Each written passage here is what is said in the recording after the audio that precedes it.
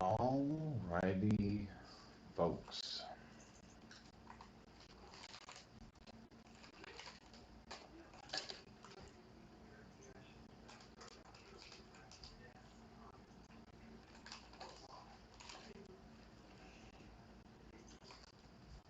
Well, today what we're going to focus on is immutability in Ethereum, and rumored to be in Ethereum 2.0, and why that is against the ethos of most modern developers. Um, so, what is immutability? Well, immutability is a property of the Ethereum blockchain, where if something is cast into a block, or if a smart contract is created, um, like Bitcoin, it cannot be changed, it cannot be hacked, it cannot be modified in the future. Um, Variables and things can be changed, but the actual state, the actual information and the actual processes cannot be changed. So if you're developing, that means that when you develop a smart contract, once you publish that on the blockchain, it can't be changed. You can replace it, but in the case of things like tokens, let's say you have a token and it has a market cap, and you have a community. Once you find a fault within your smart contract, um, you would have to create a new smart contract and release a new token and invalidate your old token, and say that your new token is the real token. And that could lead to a whole bunch of different problems. So, for instance, if somebody finds a vulnerability in your smart contract and exploits you for tokens, then you would find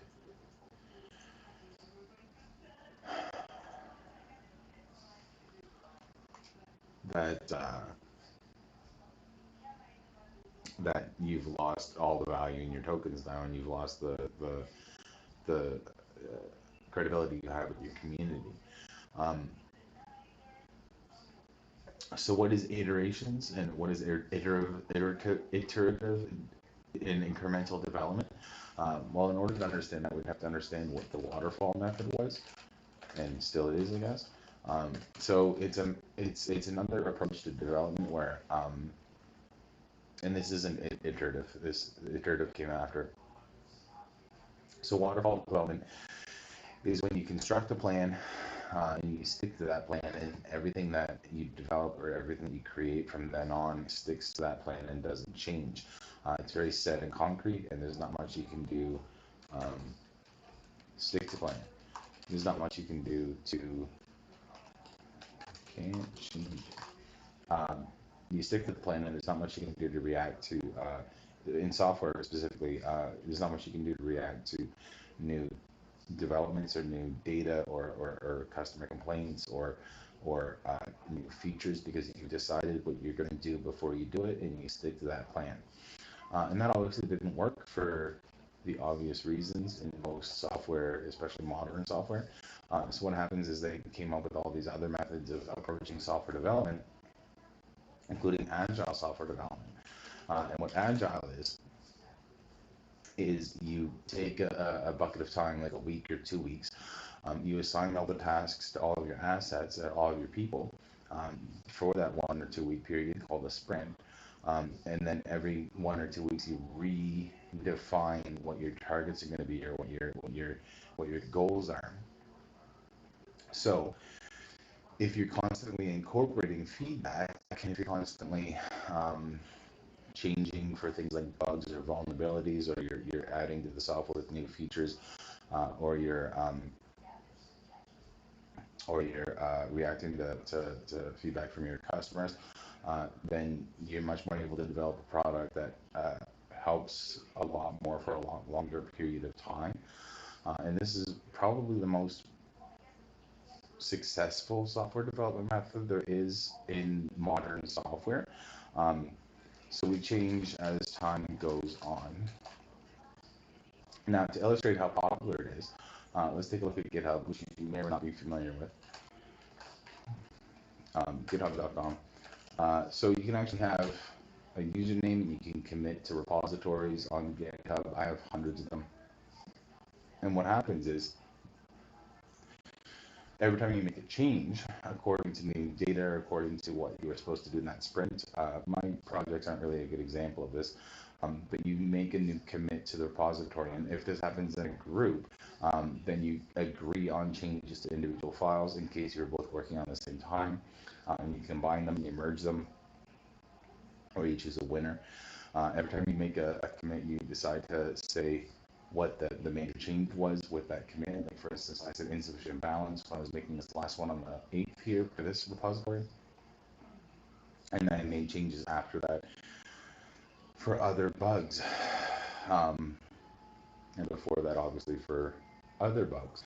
Now, the problem with Ethereum and the Ethereum blockchain is that once you commit your blockchain, your smart contract to the blockchain, you're unable to change it. You're unable to change as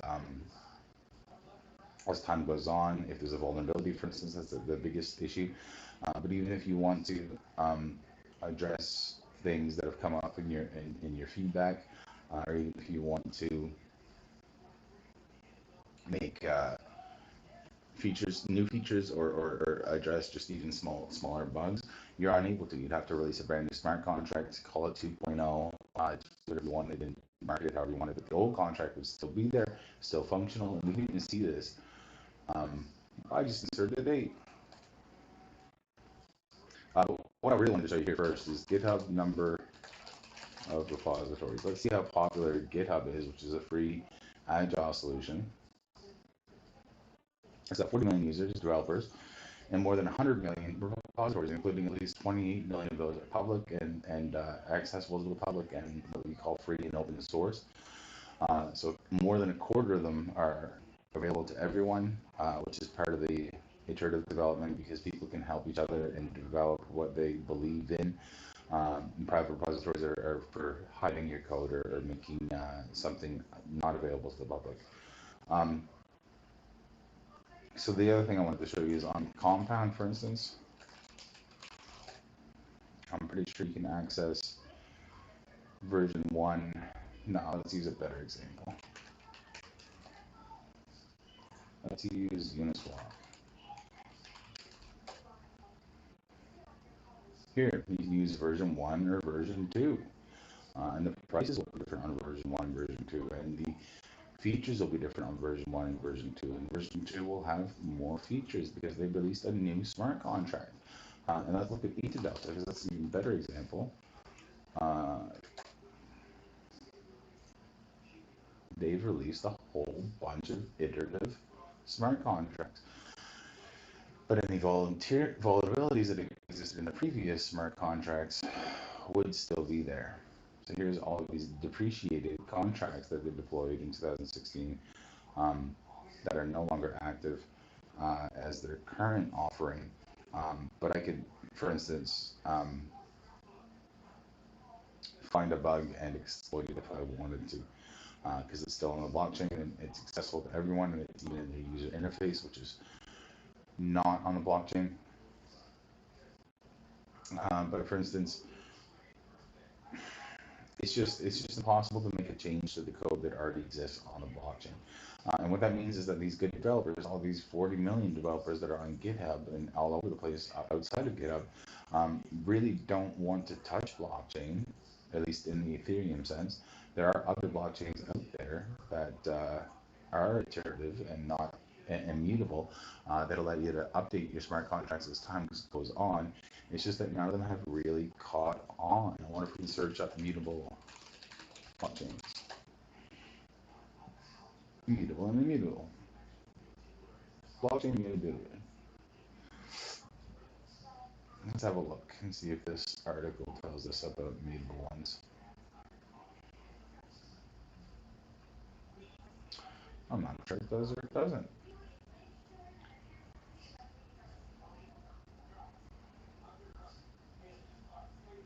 Although it's heavily covered by the New York Times and stuff that it's immutable, at least Bitcoin is.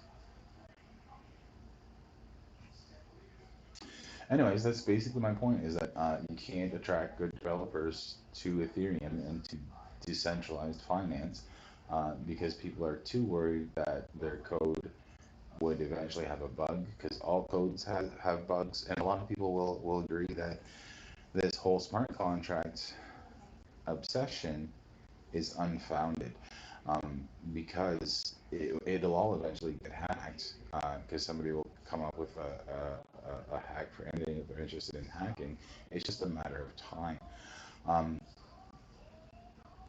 And I think that's hugely important to consider. Alrighty, well that's it for this live stream. Bye. And if you see this video and you want to see more, there are 2 playlists, I think, listed below this video.